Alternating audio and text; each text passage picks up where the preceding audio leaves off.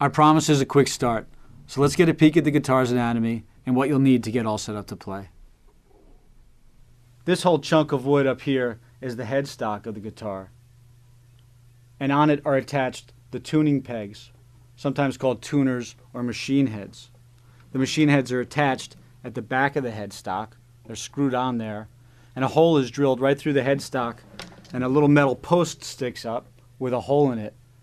You pass your string through that hole, and then when you tighten or loosen the tuning peg, that's how you tune your string. Right here, there's a little access to the truss rod which adjusts the neck of the guitar. Don't worry about that. Don't mess with it. Right here is the nut, usually a piece of plastic, and it's channeled. There are little divots in it for each string. The strings pass through on their way to the tuning pegs. This long chunk of wood is the neck of the guitar, has the headstock at one end, and at the other end it's attached to the body.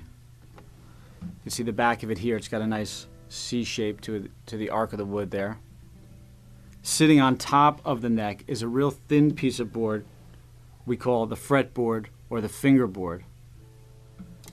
And in the fingerboard are these little chunks of metal that are called fret wire. Between the fret wire are the frets. That's where we're going to finger the chords. It's in between the frets. There are a bunch of fret markers, and the styles will vary from one guitar to the next, but they just help you keep your place on the neck. The first two appear at the 3rd fret and the 5th fret.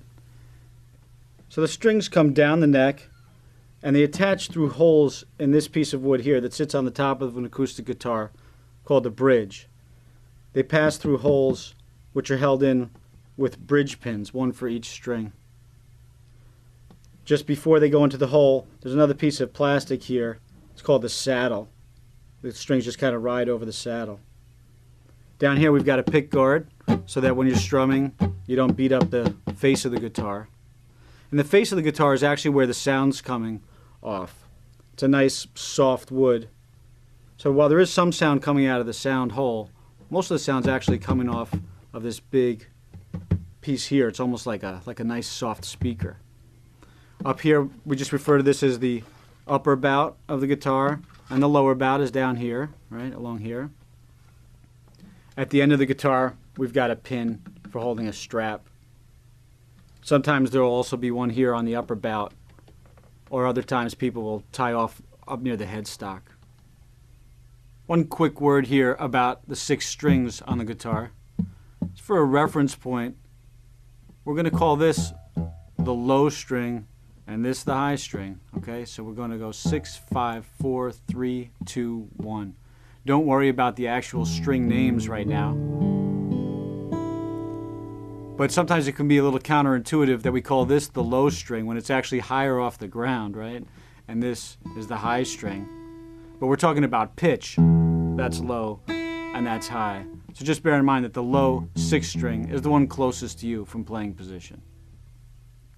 You probably already have a guitar if you've picked up this course, or maybe you've borrowed one from a friend. You just want to make sure that the guitar generally feels comfortable to your body. If it's too big down here, or if it's really deep and you're kind of reaching around it, or if the neck is super fat and it's hard to get your hands around it, it's going to make the experience that much more difficult and that less pleasurable. So just find a guitar that's good and comfortable for you.